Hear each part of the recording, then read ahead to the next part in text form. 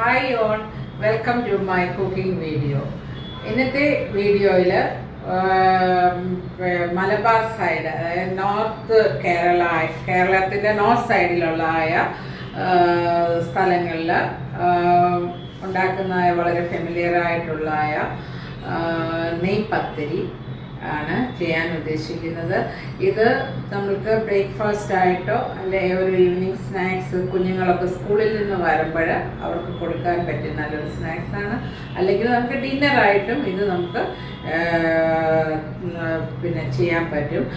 ഇത് എങ്ങനെ നമുക്ക് ചെയ്യാമെന്ന് നോക്കാം. ഇതിന് വേണ്ടതായ ആവശ്യമുള്ള സാധനങ്ങൾ നിങ്ങളെ ഒന്ന് പരിചയപ്പെടുത്തി തരാം. ഇവിടെ ഞാൻ 1/2 കപ്പ് റോസ്റ്റഡ് റൈസ് ഫ്ലോർ, അതായത് അപ്പത്തിൻ്റെ അല്ലെങ്കിൽ ഇടിയപ്പത്തിൻ്റെ അല്ലെങ്കിൽ ഇപ്പം മാർക്കറ്റിൽ അവൈലബിൾ ആണെന്ന് തോന്നുന്നു പത്തിരിപ്പൊടി. അത് 1/2 കപ്പാണ് എടുത്തിരിക്കുന്നത്. അതിനോടൊപ്പം തന്നെ ഒരു 2 ടേബിൾ സ്പൂണ് പുട്ടിൻ്റെ പൊടി ചേർത്തിട്ടുണ്ട്. അപ്പോൾ ഒരു ചെറിയ തരി പോലെ നമ്മൾക്കത് കിട്ടാൻ വേണ്ടിയാണ്.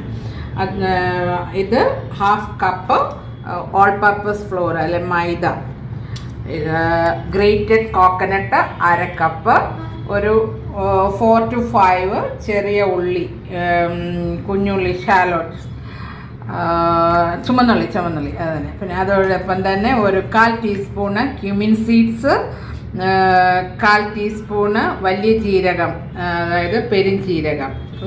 ഇത് രണ്ടും അത് ചെറിയ ജീരകവും വലിയ ജീരകവും.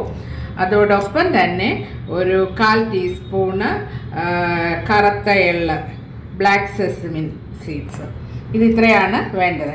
ആദ്യം നമുക്ക് ഈ ഗ്രേറ്റഡ് കോക്കനട്ടും ഈ ചെറിയ ഉള്ളിയും കൂടെ ഒന്ന് ക്രഷ് ചെയ്തെടുക്കാം. വെള്ളമില്ലാതെ ചെറിയ മിക്സിയുടെ ജാറിൽ എടുത്തിട്ട് അരക്കരുത്, വെള്ളം ഒന്ന് ക്രഷ് ചെയ്തെടുക്കുക.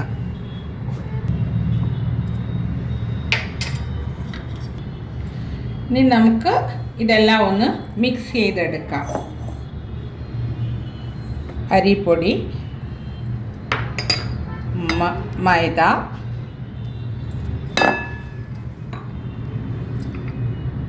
ജീരകം,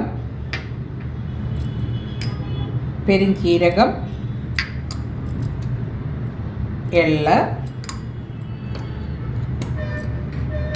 പിന്നെ ഞാൻ ക്രഷ് ചെയ്തതായ കോക്കനട്ട്, തേങ്ങ.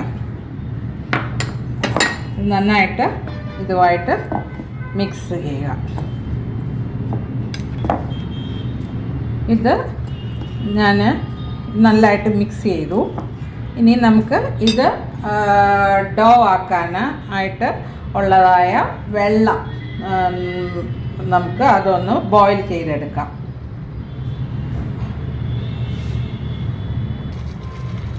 ഇതിൻ്റെ ആവശ്യത്തിനായിട്ട് ഞാൻ ഒരു 3/4 കപ്പ് വെള്ളം എടുത്ത് ബോയിൽ ചെയ്തു. അതിലേക്ക് ഒരു 1 ടേബിൾ സ്പൂണ് ഗീ,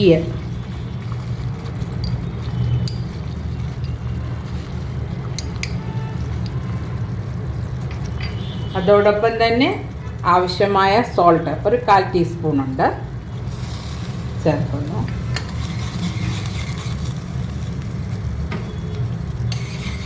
എന്നിട്ട് ഈ വെള്ളം യൂസ് ചെയ്ത് നമുക്ക് നമ്മുടെ ഈ മിക്സ് ചെയ്ത എല്ലാ ഇൻഗ്രീഡിയൻസും ചേർത്ത് മിക്സ് ചെയ്തായ മാവിലേക്ക് ഒഴിച്ച് കുറേ അല്പാൽപമായിട്ട് ഒഴിച്ച് നമുക്കത് ചപ്പാത്തി അല്ലെങ്കിൽ പൂരിയുടെ പരുവത്തിൽ കുഴച്ച് എടുക്കുക.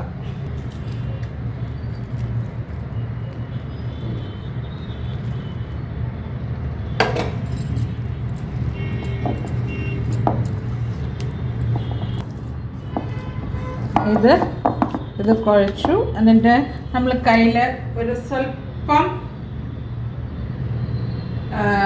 ഒത്തിരിയല്ല, ഒരു ശകലം ഓയിൽ ഇങ്ങനെ ഒന്ന് തൂത്തിട്ട് ജസ്റ്റ് ഈ മാവേൽ ഇട്ട് ഒന്നുകൂടെ ഒന്ന് ഇരിക്കുക, അല്ലെങ്കിൽ ഈ മാവ് ഒട്ടി പിടിക്കാനായിട്ടുള്ള സാധ്യതയുണ്ട്. ഒരു 1/2 ടീസ്പൂൺ ഓയിൽ കയ്യിലൊന്ന് തടകിയിട്ട് ഇത് നല്ല സ്മൂത്തായിട്ട് കുഴച്ച് എടുക്കുക. നല്ല സ്മൂത്തായിട്ടുള്ള ഡോ നമുക്ക് കിട്ടി. ഇനി ഇത് നമ്മൾ പൂരിയുടെ വലിപ്പത്തിൽ പരത്തിയിട്ട് ഡീപ് ഫ്രൈ ചെയ്ത് എടുക്കുക. ഞാനത് ഇതുപോലെ ചെറിയ ചെറിയ ബോളാക്കി ഏകദേശം നമുക്ക് ഈ അളവിൽ ഒരു 10 നമ്പേഴ്സ് 10 പൂരി ഉണ്ടാക്കാം. പൂരിയല്ല, നെയ്പത്തിരി ഉണ്ടാക്കാം. ഇതിനെയും നമുക്ക് പരത്തുന്നത് എങ്ങനെയാണെന്ന് കാണിക്കാവേ. അറ്റത്ത് ഒരു ശകലം എന്തെങ്കിലും ഓയിലൊന്ന് ഡിപ്പ് ചെയ്തിട്ട് മാവ് എടുത്താൽ നല്ലതായിരിക്കും. അപ്പോൾ ഈ ഒട്ടി പിടിക്കത്തില്ല.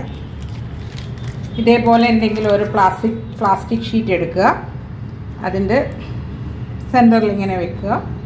എന്നിട്ട് ഇത് ഇങ്ങനെ ചെയ്യുക. ഏതെങ്കിലും ഒരു പ്ലേറ്റ് എടുത്തിട്ട് ജസ്റ്റ് ഒന്ന് പ്രസ് ചെയ്യുക. പിന്നെ എന്നിട്ട് പതിക്കെ എടുക്കുക. ഇതുപോലെ ബാക്കിയൂടെ ഉണ്ടാക്കുക. നമ്മളുടെ എണ്ണ ചൂടായിട്ടുണ്ട് ഫ്രൈ ചെയ്യാൻ വേണ്ടി. അത് ഇതിലേക്ക് ഇടുക.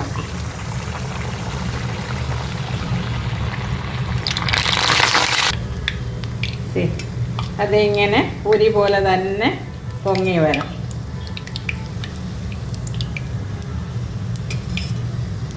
ഇത് റിപ്പീറ്റ് ചെയ്ത് ബാക്കിയൂടെ ഉണ്ടാക്കിയെടുക്കുക. അങ്ങനെ നമ്മുടെ പത്തിരി ഇവിടെ, അതായത് പൊരിച്ച പത്തിരി അല്ലെങ്കിൽ നെയ് പത്തിരി റെഡി ആയിട്ടുണ്ട്. ഇത് നമുക്ക് നോൺ വെജ് ചിക്കന്, മട്ടന്, ബീഫ് ഇതിൻ്റെ കൂടെ കഴിക്കാം.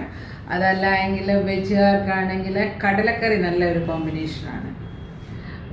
നിങ്ങളും ഇത് ട്രൈ ഔട്ട് ചെയ്യുക. എന്നും ഈ ദോശ ഇഡ്ഡലിയും ഒക്കെ തന്നെ ഒരു ബ്രേക്ക്ഫാസ്റ്റ് ആയിക്കഴിയുമ്പോൾ, പുട്ടും ആയിക്കഴിഞ്ഞാൽ ഒരു ചേഞ്ച് ആയിരിക്കട്ടെ. അപ്പോൾ നിങ്ങളും ഇത് ട്രൈ ഔട്ട് ചെയ്യുക. എന്നിട്ട് എനിക്കിതിൻ്റെ ഫീഡ്ബാക്ക് തരിക. അപ്പോൾ ഇനി അടുത്തൊരു വീഡിയോയുമായിട്ട് നിങ്ങളുടെ അടുക്കൽ വരുന്നത് വരെ ടേക്ക് കെയർ. Thank you.